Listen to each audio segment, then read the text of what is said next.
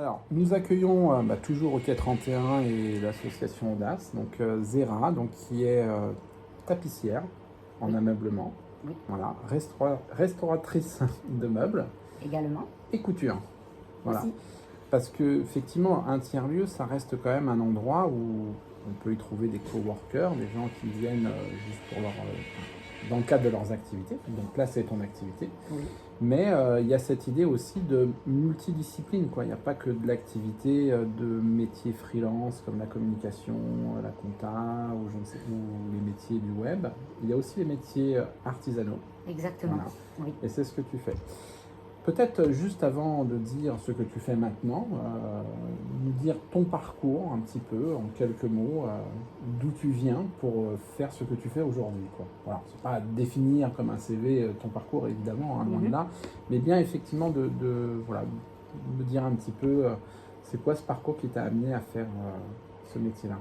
Alors déjà, bien avant de commencer ce que je fais aujourd'hui, j'étais responsable commerciale en grande surface pendant 15 ans.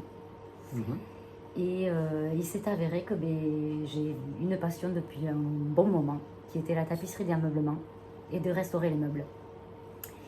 Et c'est du jour au lendemain où j'ai quitté mon emploi pour pouvoir ouvrir mon entreprise, auquel maintenant, qui s'appelle L'Amour du Bois. Ça fait 2 ans que j'ai mon entreprise et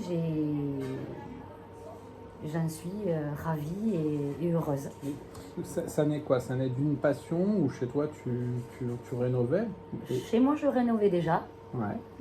Et puis, en me voyant faire, des amis qui me demandaient de restaurer, de confectionner. Et puis, c'est là qu'on m'a donné aussi l'idée et l'envie de me dire lance-toi parce que C'est bien ce que tu fais. c'est bien ce que tu fais.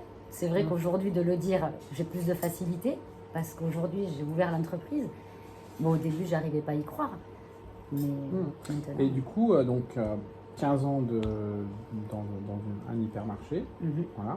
Il y a eu quelques formations pour faire ce que tu fais aujourd'hui? Pas du tout. Pas du tout. Donc c'est aucune qualification sur ce que je fais sur le terrain aujourd'hui. que tu as appris en faisant. Ce sont des longues années de passion, d'envie, de créer, de refaire, de faire vivre encore des meubles qui aujourd'hui pourraient être à la déchetterie et que quand ils passent entre mes mains, ils ont une seconde vie. D'accord, donc c'est bien de mettre cette nuance-là finalement en disant il y a aussi l'esprit de faire continuer à vivre finalement. De recycler surtout. Par rapport au recyclage. Oui, de recycler, que rien ne se jette. Donc c'est uniquement avec des objets recyclés que tu travailles? Beaucoup. Beaucoup. Je vais faire en sorte de beaucoup dénicher justement des personnes qui vont jeter ou qui veulent plus ou qui veulent plus du tout. Je vais récupérer, je vais dénicher, je vais refaire et je vais mettre en vente pour des personnes qui en ont le besoin aussi. Et je vais même proposer des ateliers à leur apprendre à comment on fait un meuble ou comment restaurer un Voltaire. D'accord, donc ça tourne aussi autour de comment aider les autres C'est dans le partage. À faire que eux-mêmes puissent faire. Bien sûr. D'accord. Donc dans le faire un peu soi-même finalement. Exactement. Voilà.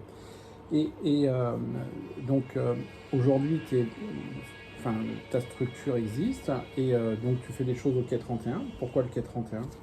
Ah, le Quai 31, c'est une maison familiale. C'est un univers où c'est du partage, c'est humain.